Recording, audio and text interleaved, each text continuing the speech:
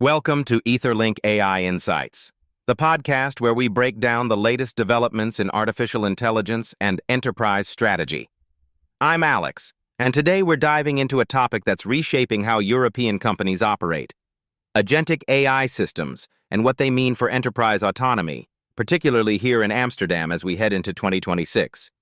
Sam, thanks for joining me today. Great to be here, Alex.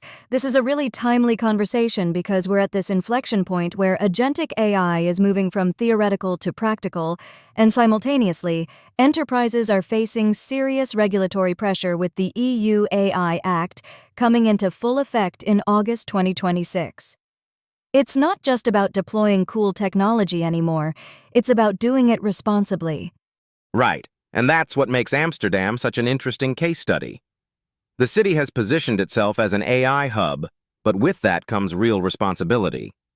Before we dig into the compliance angle, let's back up a bit. When we say Agentic AI Systems, what exactly are we talking about?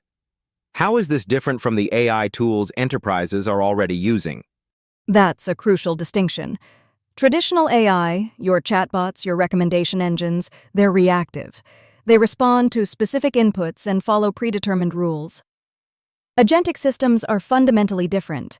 They perceive their environment, make autonomous decisions, and take action with minimal human intervention.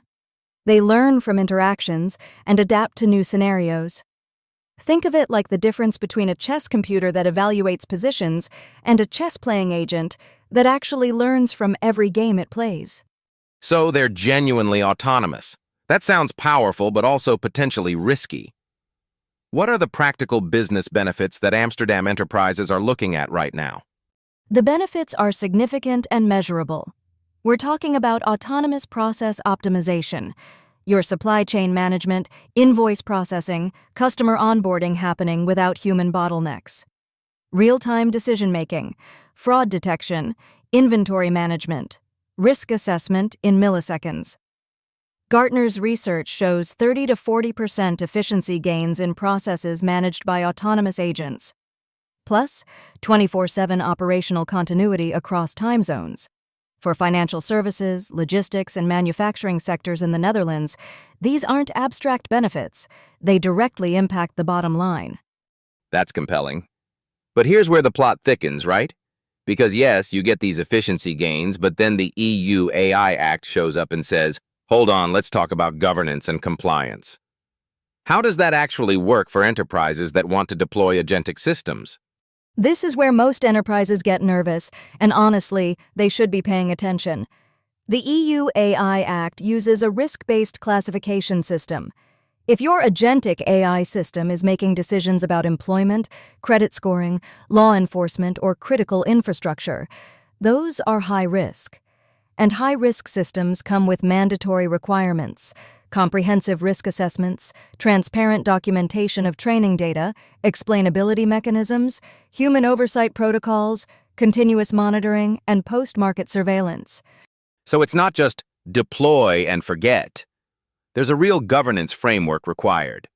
But I'm curious, is compliance seen as a burden, or is there an argument that it actually creates competitive advantage? This is the insight that separates forward-thinking enterprises from the rest. Compliance isn't a cost center here, it's a moat. Organizations that embed EU AI Act requirements into their system architecture from day one have something their competitors don't: legitimacy, customer trust, and regulatory clarity. Enterprises rushing to deploy agentic systems without governance are setting themselves up for costly retrofits or worse, regulatory action.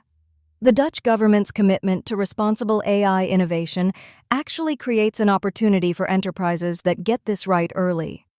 So the message is, governance first approach, not governance as an afterthought. How does an organization actually structure this?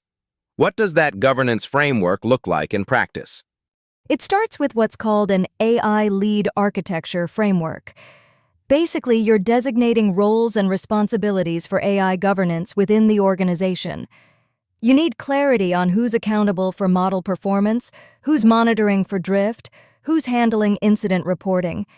You're also establishing what's often called an AI Center of Excellence, a cross-functional team that sets standards, reviews system designs, and ensures compliance before deployment. An AI Center of Excellence. That's interesting because it's not just compliance officers or risk teams. It sounds like you need technical expertise, business acumen, and regulatory knowledge all working together. Exactly. And this is where consultancy becomes valuable. Most Dutch enterprises don't have that expertise in-house yet. EU AI Act compliance consultancy has exploded because companies need external guidance on mapping their agentic systems to compliance requirements, designing documentation frameworks, setting up monitoring systems, and training teams. It's not a one-time engagement either. It's ongoing, especially as regulations evolve. You mentioned that only 23% of European enterprises have achieved measurable ROI through governance frameworks and compliance strategies. That's a pretty low number. What's the gap? Why aren't more companies succeeding? Most enterprises are approaching this as two separate problems.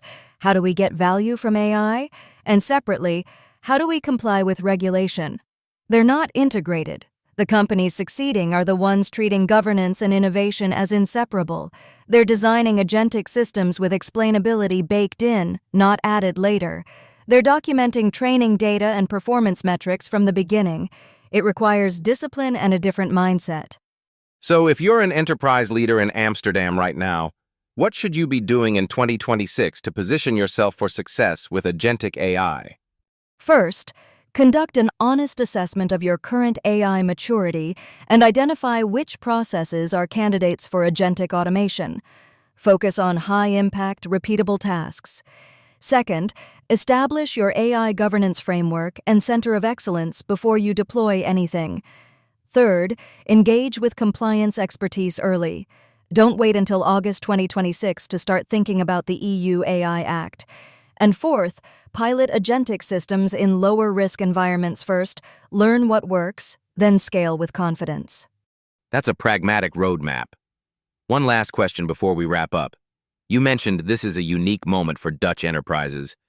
What happens to the ones that wait? What's the downside to being slow on this? The gap widens.